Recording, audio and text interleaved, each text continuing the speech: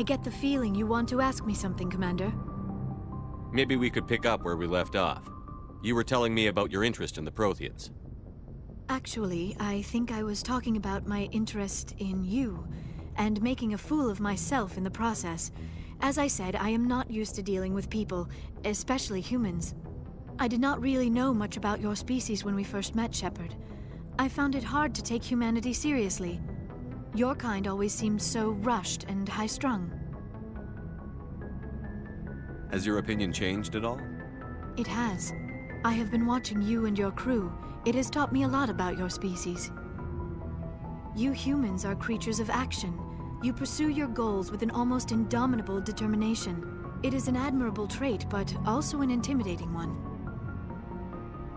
You're scared of us? Unfortunately, the rest of the galaxy sees humanity as something of a bully. You run over anyone in your path to get what you want. It is up to people like you to change their minds, Shepard. Why me? There is a reason the Council chose you to become a Spectre. They saw something special in you. The best of what humanity has to offer. I looked into your history. I know what you did during the Blitz. It was a remarkable display of courage and heroism. You didn't need to go behind my back. I would have told you whatever you wanted to know. I apologize, Commander. After our last conversation, I was afraid I would say something stupid again. I wanted to know more about you. To understand what made you into the man you are. There is something compelling about you, Shepard. You're interested in me because of my visions. You just want to know more about the Protheans. I admit, your connection to the Protheans had something to do with my initial interest, but it has grown beyond that. You intrigue me, Shepard, but I was not sure if it was appropriate to act on my feelings. I thought there might already be a relationship between you and Chief Williams. Williams and I are just friends, nothing more. My mistake, then. I am not as adept at understanding human relationships as I thought. But what about us, Shepard? Is there a mutual attraction, or was I wrong about that too? I'm not interested in you in that way, Liara. This is very embarrassing for me, Commander. Please, let's talk about something else. I should go. Goodbye, Commander.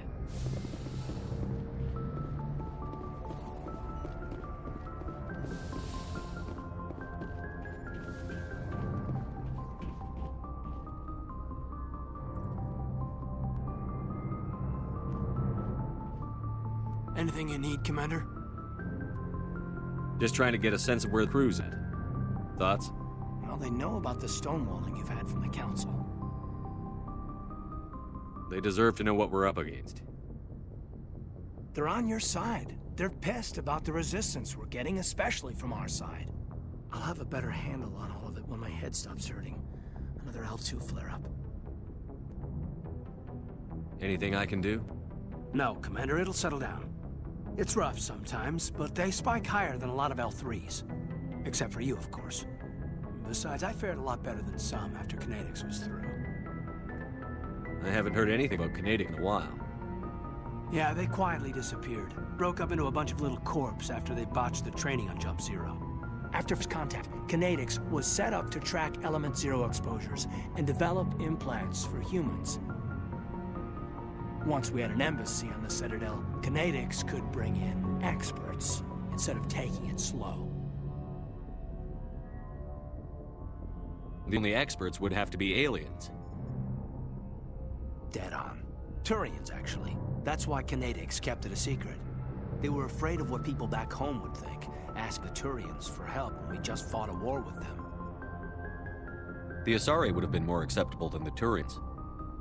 Yes, but the company didn't go through the Citadel. It would have made Earth look weak, so they discreetly hired some Turian mercenaries. Is there some reason we couldn't learn it on our own? They didn't know where to start. Hell, it took a couple of years to even link biotics and Ezo. Forget trying to get the kids to move stuff. They had trouble just helping them not break their own limbs. And their choice of teachers didn't help much.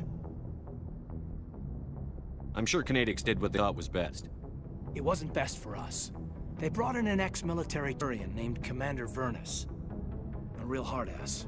He basically had a free pass to break us if it would turn out a decent biotic. Kind of spiraled from there, Commander. Did he ever face charges for that? He got his, yeah. But like everything else, Jump Zero was under the table. The less said, the better. Anyway, this is ancient stuff. I walked it off a long time ago. I should get back to my duties, Commander. We're here to make history, not rehash it. We'll talk another time, Lieutenant. Commander?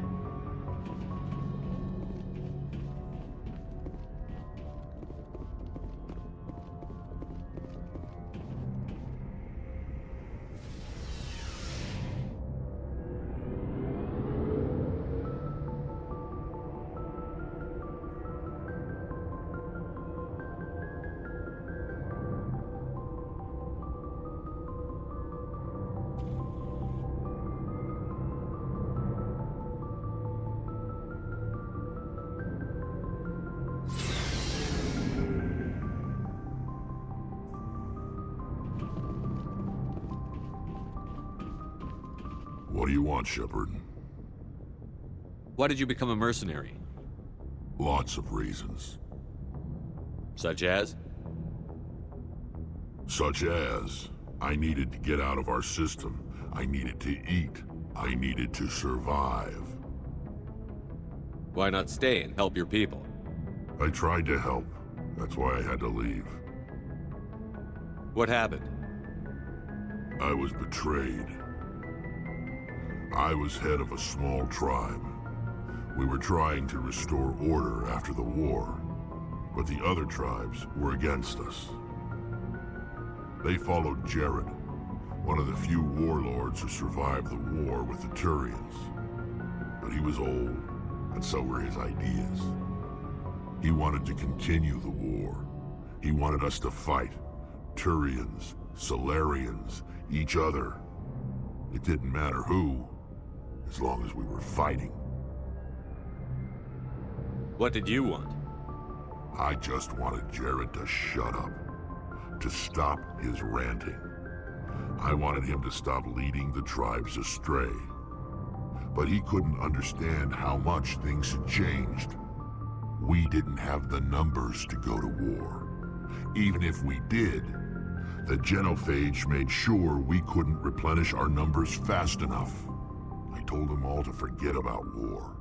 We needed to focus on breeding, at least for one generation. And for a while, we were getting through. Some of the tribes started coming around. I take it the warlord didn't appreciate that. No, he didn't. He arranged a crush with the tribes, a meeting on neutral ground. He wanted to talk.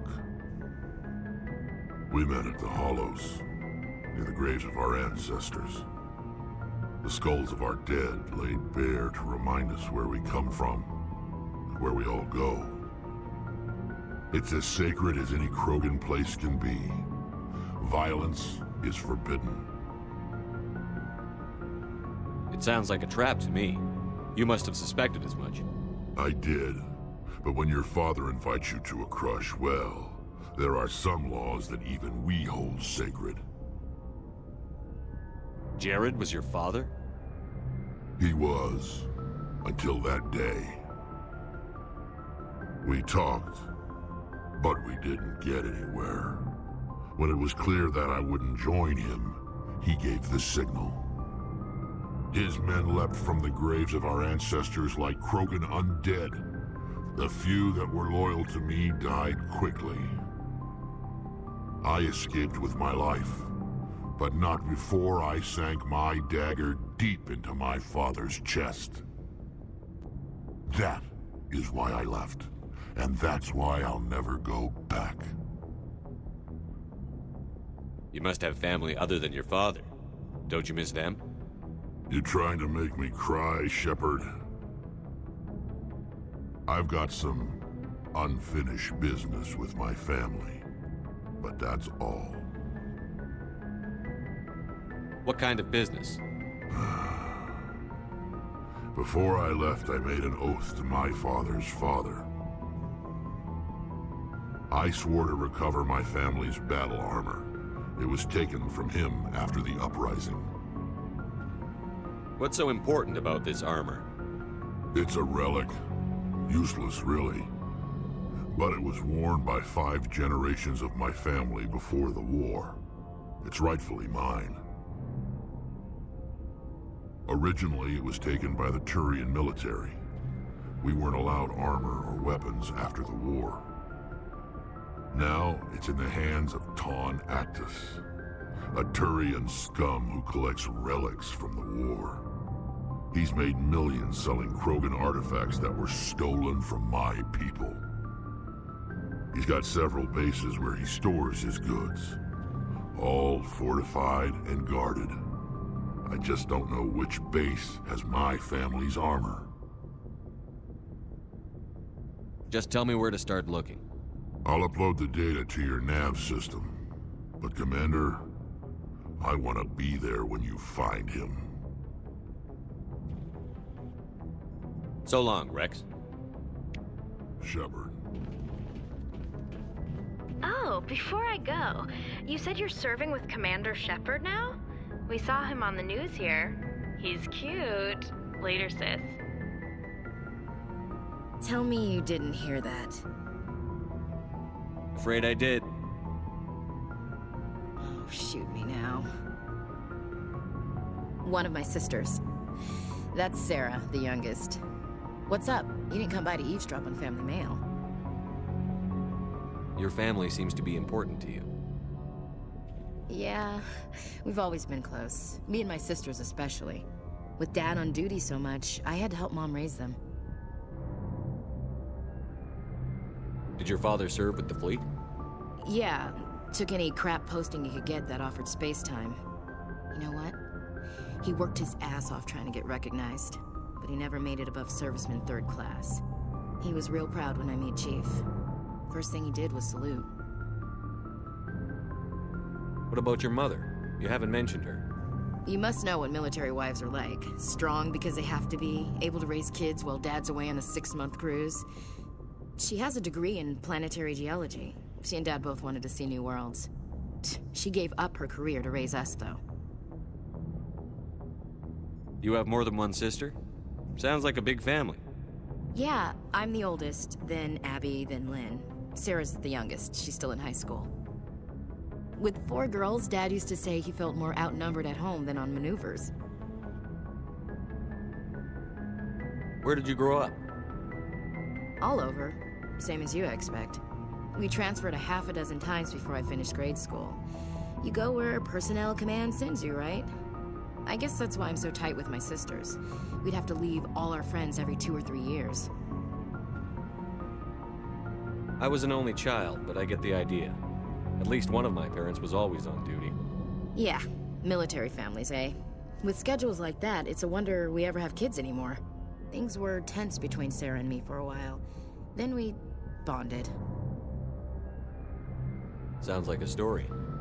Feel like sharing? Sarah got herself a boyfriend who wanted to go faster than she did, Mike. I didn't think he was a bad kid, just pushy. Lynn would send me these worried vid mails, and I'd tell her to relax. Where were you when this was going on? I was on active duty. Sarah's graduating high school this year. This was only a couple of years back. They were on Amaterasu. At the time, I was assigned to Chernobog. Same cluster, but a dozen LY away. Close enough to talk regularly, too far to make it back in an emergency. I couldn't afford a fast packet flight. If he really liked her, he wouldn't be pushy. Yeah, of course. If he didn't ask at all, I'd wonder if he thought Sarah was ugly. Damned if you do, damned if you don't. Mike thought they'd go for a romantic walk in the woods, because he figured it was past time they did the deed. She levered Mike face first into a tree and left. Didn't have a scratch on her. Good thing Mom and Dad had us all learn some kind of self-defense. I took emergency leave and walked Sarah to school for a few days.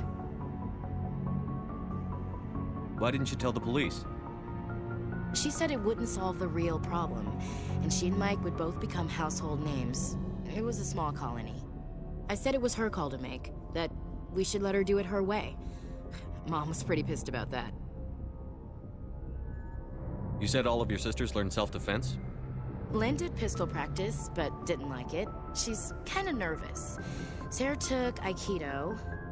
Abby decided to learn the sword. She always was a little weird. Likes big skirts and tops you have to tie her into. They do great things to her figure, though. So, what did you learn?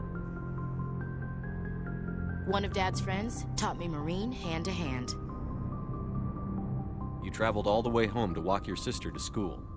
It was only a dozen light years, like a day's cruise. It's not like I was going to Earth or something. My last day out, Mike was waiting for us. Sarah had told her friends, so everyone at school knew what he did. He wasn't happy. I wanted to snap him in half, but Sarah gave me this look, this let me handle it, I need to do this alone look. She kept her cool, God bless her, as he screamed in her face. She just let him vent. Then he tried to punch her. I swear, she just flowed around him. Next thing I knew, he's face down on the sidewalk, and there's blood everywhere. That's unbelievable. Sarah must be as good as you. Better. I'm more or less a straight-up puncher. When he swung, she wasn't there anymore, and he fell. She helped him stop the bleeding and had me call an ambulance. She told the paramedics he fell. Before they took him to the hospital, Mike touched Sarah's arm. I thought he was gonna end up on the ground again. But he hung his head, whispered, "I'm sorry," and started crying. And she hugged him. The Williams women are a decisive bunch, Commander. We do things when we're ready. Not before, not after. Your sister's something else. But you didn't mention your father at all. Was he on deployment? Dad always wanted to serve in space, but he wanted us to have real ground under our feet. He'd say, space is beautiful, but you can't raise a family there. I cannot rest from travel. I will drink life to the lees. All times I've enjoyed greatly, have suffered greatly, both with those that loved me and alone. For always roaming with a hungry heart, much have I seen and known, cities of men and manners, climates, councils, governments. I never thought I'd hear you reciting poetry. Just because I can drill you between the eyes at 100 meters doesn't mean I can't like sensitive stuff. Just don't spread it around. Ulysses was my dad's favorite poem. Every time he shipped out, he recorded me reading it. He had a dozen versions when he retired. Does he still like it? I sure hope so. I read it to his grave every time I go home. Dad passed on a few years back. He's probably still watching, though. So behave.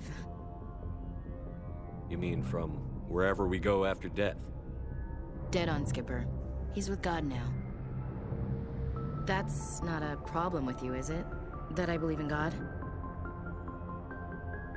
You know that old saw, there's never an atheist in a foxhole? I've been in a lot of foxholes. Yeah, I guess you have. I've met a few people who are really weirded out by my faith. Because I work in space, I can't believe in a higher power? Jeez. Hello, have you people looked out the window? How can you look at this galaxy and not believe in something? I should get back to my duties. Didn't mean to take up so much of your time. We'll talk later, Williams. Looking forward to it, Skipper.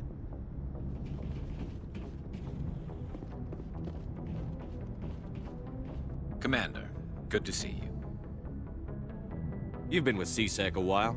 Have you seen much action? Well, not as much as you, but yeah, I've seen some interesting things. I'll bet you have. Anything in particular that stands out? I remember this Solarian geneticist I was sent to investigate. That case was a bit disturbing. What happened? Why were you investigating them? I was tasked with tracking black market trade on the Citadel. Most of it harmless, nothing I needed to pursue. But during the course of my investigation, I noticed an increase in the trade of body parts, organs mostly. We usually get a few of those, but not the numbers I was seeing. We weren't sure if there was a new black market lab or if some freak was harvesting organs from citizens. You've seen this before on the Citadel?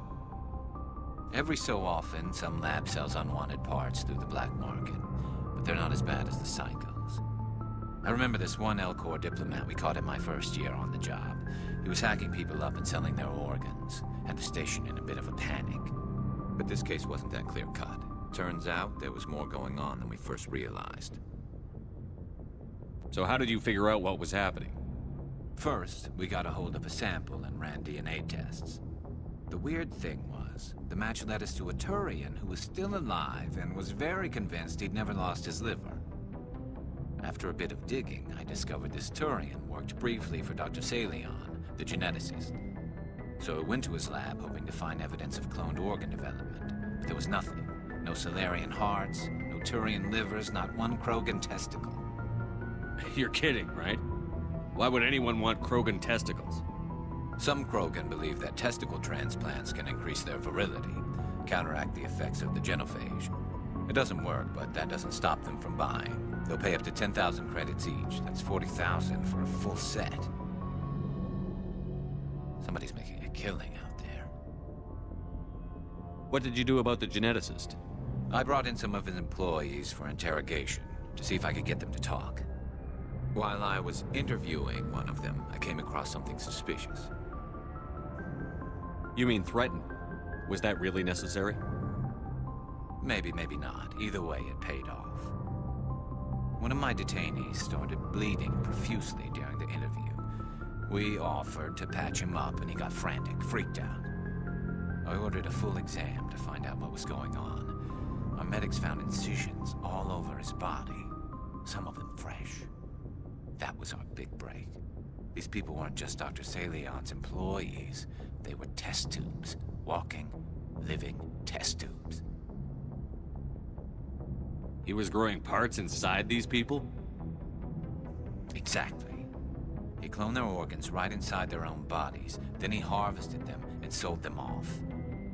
Most of the victims were poor. He'd pay them each a small percentage of the sales, but only if the organs were good. Sometimes an organ wouldn't grow properly, so he'd just leave it in them.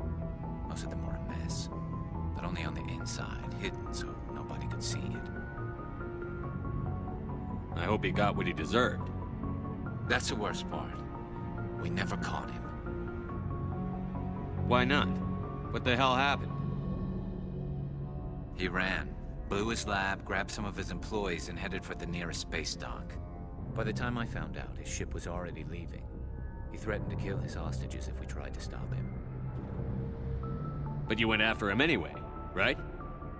I ordered Citadel Defense to shoot him down, but CSEC headquarters countermanded my order. They were worried about the hostages, worried about civilian casualties if the ship was destroyed so close to the Citadel. I told them those hostages were dead anyway. He just used them to make more organs, but they wouldn't listen. No wonder you hated it there. Those idiots just let him fly away. Yes, they did. I went to Palin and told him what I thought of him and his policies. He said if I didn't like it, I could quit. Well, I almost did.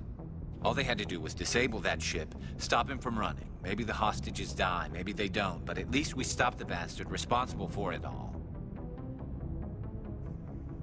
A few casualties is a small price to pay to stop someone like that. Yeah, exactly. I mean, those hostages might be wishing they'd died by now anyway. Just wish I could have stopped him. That's all. Do you have any idea what happened to Dr. Salion? I sent out feelers from time to time, hoping to find something. I thought I'd found him a while back. He changed ships and changed his name to Dr. Hart, his idea of a joke, I guess. I told the military, but they weren't convinced it was him. I got the transponder frequency for his new ship, but I just can't get anyone to check it out. I'll check out the coordinates when I get a chance. I was hoping you'd say that. But Commander, take me with you when you go. If it's Salion, I want to be there when you find him.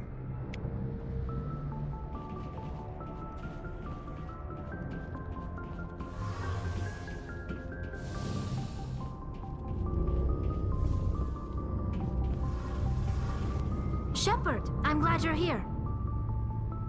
Good to see you smiling again, so to speak. I'm sleeping much better now. I guess I'm getting used to how quiet your ship is. I still think a lot about my pilgrimage, though. I know Steren's our top priority, but with all the worlds we go to, I was hoping to find something to bring back to the flotilla. We've still got a long way to go. You'll find something to take back. Yes, but it cannot just be some derelict ship my people can use for salvage. It has to be more than that. There's a lot expected of me. What's so special about you? It's my father. He's the senior member of the Admiralty Board.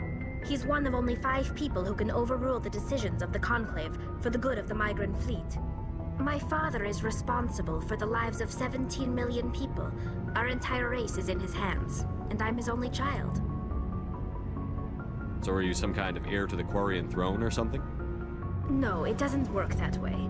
My father's position isn't hereditary. I'll probably never serve on the Admiralty Board myself. Officially, I'm just the same as any other citizen. But it doesn't work that way in practice. People have always treated me differently because of who my father is. You must get all kinds of special privileges. I probably had it easier than most growing up, but it's not all good. People like my father have enemies, and they're not above using me to get to him. It must be tough on you. My people place a high value on family and ancestry. There's an unspoken expectation that I'll live up to my father's example. Everyone's waiting for me to do something great on my pilgrimage, something that will forever change our lives for the better. If I don't, it's like I failed, and that reflects badly on both me and my father. The work you're doing here is more important than anything any Quarian has ever done before. Yes, I know. But you have to understand Quarian culture. We're a very insular society. The events beyond the flotilla don't much matter to the average citizen. Our greatest dream is that one day we'll return to our homeworld and drive out the Geth.